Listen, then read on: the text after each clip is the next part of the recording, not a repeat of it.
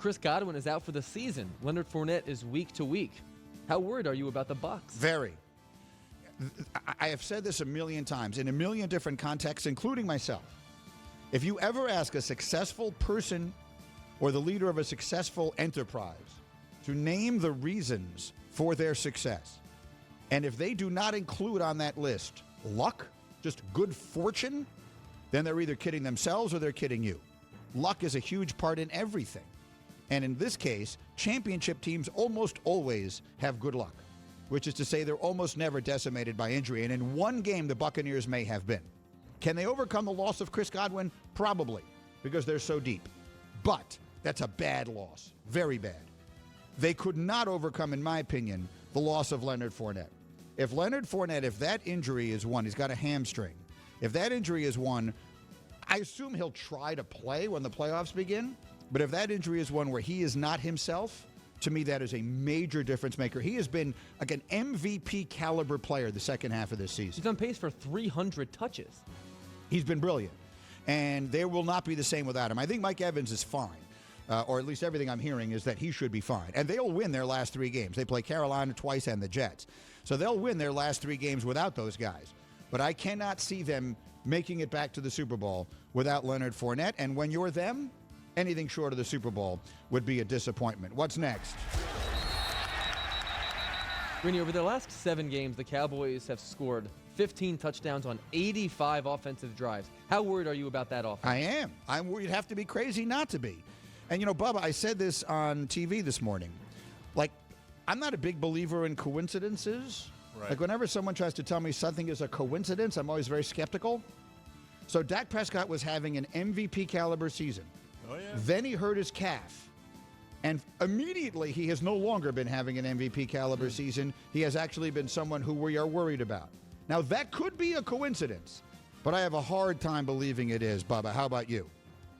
I would agree. I would agree with your sentiment about coincidences. It's hard to feel like they're not related in some way. Now, there are other weird things, like I've said, going on with the offense that I can't pinpoint with whether it's Kellen Moore's play calls and other things. But if we're looking strictly at Dak, yeah, I mean, you got to look right back to the calf injury and say that's got to be the starting point when things went downhill. Yeah, it does. It's almost impossible to imagine that he's fully healthy and has regressed so much so quickly. And I get that there hasn't been continuity there. They've had offensive line injuries and Amari and CD and Zeke and Tony Pollard. I get all that. But he just doesn't look like himself.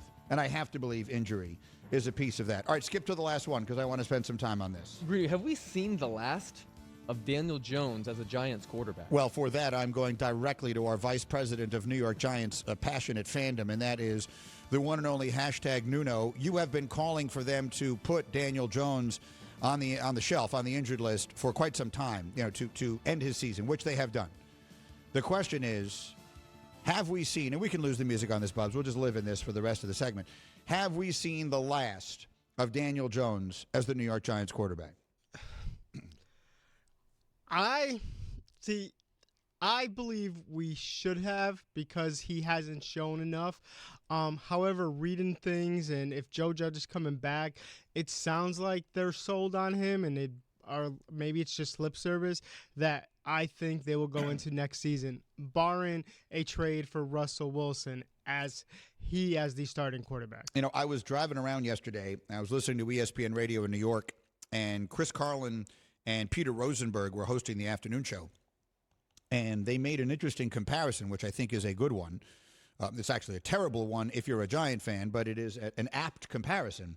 And that is, with Daniel Jones right now, if you're the Giants, you are in exactly the same place the Jets were in with Sam Darnold a year ago, which is to say you have high draft picks, you have no answer after 3 years, and you have to make some decisions. Now, the Jets made wholesale changes and decided to change their coach along the way. They also had obvious quarterback picks. Whether Zach Wilson winds up having been a good pick or not, it was an easy decision to make. You had a quarterback there that people were telling you, you got to take, you got to take, you got to take. There will not be that guy in the top 10 of this year's draft. So it isn't exactly the same. But Daniel Jones' situation right now, where they are with him specifically, Nuno, Do you agree that it perfectly mirrors where the Jets were with Darnold a year ago? I'm forgetting now. They made another good point, which is there were a million excuses to make on behalf of the player if you wanted to. Like I was making all the Sam Darnold excuses. He never had a chance. The coaching staff was terrible. The weapons were terrible. All that stuff. With the Giants, you could do the same thing. Questions about the coaching staff. Fire the offensive coordinator. The weapons are not good. The offensive line is terrible. So you can put as much or as little of the struggles on the quarterback as you choose to do. So I think it's a pretty good comparison. What do you think, Nuno? Yeah, I would say that's the easy comparison. The only difference is Jones and the injuries that he has versus Darnold missed some time, right? What was it for? It was like for mono and things of that nature, where Jones has had high ankle sprains, obviously this strained neck. So he's had really serious injuries. That's good. So I think at that point is where I would say, all right, maybe the comparisons aren't completely there because this guy can't stay healthy. That's fair. That is actually a good point. Daniel Jones has not, if availability is the most important ability, he has most certainly not demonstrated that he has that. So I'm making you the general manager. Someone's going to be. What would you do with Jones? You have three options. You could just decide you're moving on and do something totally different. You can pick up his fifth-year option and run the course.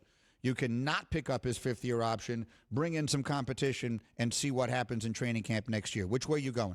Well, the first one is I'm calling Seattle, and if that doesn't happen, I have to then decide is I'm not picking up the fifth-year option no matter what. Even if I have some faith in him, I am not doing that. I would rather franchise tag the guy after the fifth year and go through that. If he takes that next step, it then becomes, do I believe, and unfortunately they might, if Gettleman sticks around, which let's hope that doesn't happen, he might believe that they're close, is there a guy out there, is a Jimmy G type of guy, is a Kirk Cousins type of guy, Derek Carr, like, is that enough of a jump for the franchise to make that type of trade if you can't get Russell Wilson?